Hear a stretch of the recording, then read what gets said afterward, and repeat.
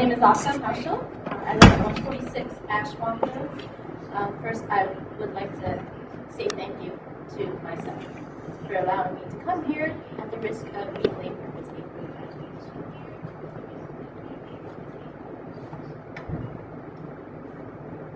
I'm here to tell you, Dr. Jacobs, and the members of the Newmarket School Board, that you all are complacent and responsible for the clear and present emotional, mental, and physical damage inflicted upon the kids in the community under your authoritarian leadership and mask requirement policies.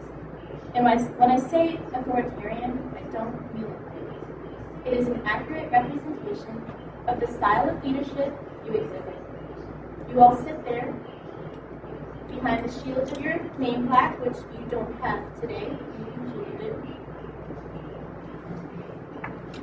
And on the backs of the parents who elected you to represent us, assuring us that you will not only hear, but listen to our thoughts and concerns regarding our children. However, from my viewpoint, not only did you fail to listen to us, your direct inactions have failed the children you were elected to guide and protect. Instead, you cowered behind the words dictated to you by state and national health guidelines.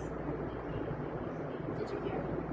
Guidelines. In no way, shape, form, or meaning does guideline translate into must-haves, must-dos, and punishable if not adhered to. With many of the staff vaccinated, the lifting of the state of emergency status, the lack of scientific evidence of the efficacy of masks, and the rising number of depression in our school children, one would think that you, the school board, and superintendent, would reevaluate the mask policies for our very young children and young adults in our schools.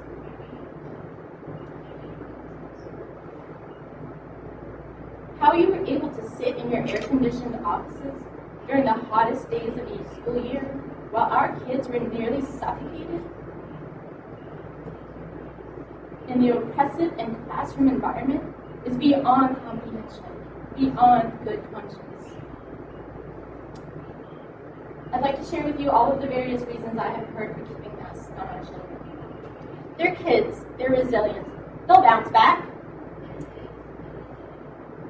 It's the polite thing to do. It's for the safety and health of everyone. But they can ask their teachers if they need a mask break anytime. Oh, we have installed fans in some of the classrooms. We worked all weekend to cool down the school in preparation for the coming week. Well, we are following CDC and NHVOICE guidelines. We are following the science. Well, there's only 8 more days of school. They can tough it out. And I ask you now, tough what out? Heat exhaustion? Most of the staff are vaccinated. Shouldn't that be their protection? Many of the students are vaccinated. Aren't they protected? They can ask their teachers for permission to breathe fresh oxygen? How does that not sound ridiculous and absurd to any sane and humane person? Bounce back from what exactly? Do you mean bounce back from the trauma, stress, anxiety, and fear that they've experienced because of your draconian policies? From the feeling of isolation as a result of bouncing back and forth between remote and in-person? And mind you, attending school in person but required to sit in a plexiglass cubicle is still very isolating. There was a story I will always remember as a child in 6th grade. You remember 6th grade? We were also very impressionable, and the one thing that was always drilled into our developing psyche was this: do not conform, do not be a follower, be a leader.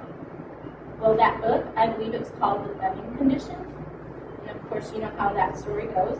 We all do.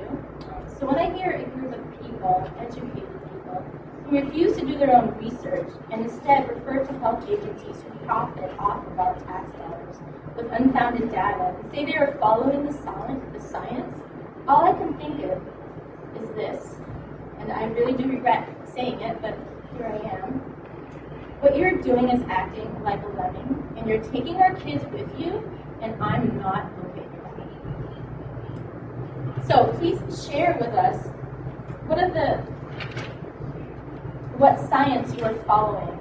And please, for the love of God, do not say, I can find it on the website of the CDC, the WHO, the NAIAD, NIH, NHVOICE, because none of them will tell me that their guidelines are proof positive that our children need to be treated like disease vectors, walking, talking virus transmitters that require masks in school to keep the sick and elderly safe.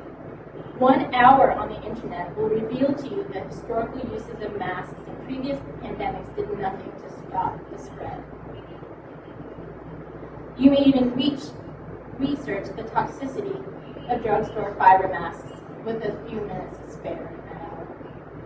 The decisions made by you, Dr. Gibbons, is all about control and a lack of true leadership during a time when you could have put your critically thinking cap on and based your decisions from a comprehensive look at the data involving our students in our small town. You could have made a decision that allowed parents to choose for the children whether or not they needed to wear masks. And so no, I don't think many of these children can or ever will bounce back from this year the way you're hoping and praying that they do. What you all did by masking our children, scolding them for pulling them down for air, prohibiting their movements in the classroom, making them sit behind plexiglass with masks on, yes to sports, no to sports, wear a mask with a mouth hole for your instruments, this but not that, here but not there, not now but maybe later. Like, wait, what? Are you living in a clown world? A Dr. Seuss book? No, because it can't be a Dr. Seuss book. That was canceled last year.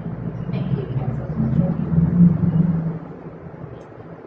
Our tax dollars have been lining your pockets, Dr. Gibbons, and the gratitude we ever get from you is more unanswered questions, unanswered emails, unreturned phone calls. Not only have we been lining your pockets, we line the pockets of your assistants and secretaries who are fantastic at doing your bidding.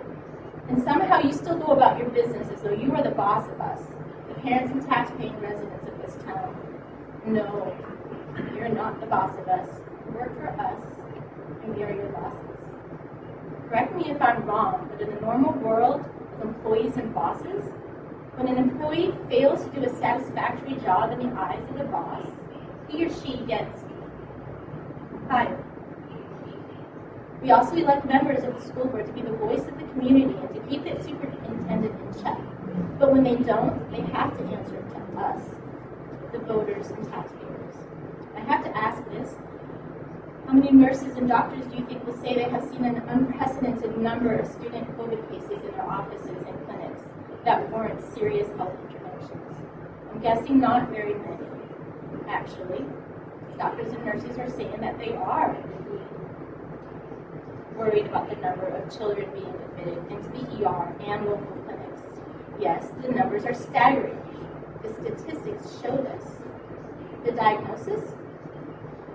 Depression, suicidal thoughts, anxiety, fear, stress, trauma. Not due to COVID, but because of COVID. Because of the continual lockdowns, the pressure and stress of face masks, the uncertainty of what the rest of their childhood is going to look like. This is all on you. Their scars have your name written all over them. There should be no doubt in your mind that masking students for the 2021-2022 school year be wiped off the slate forever.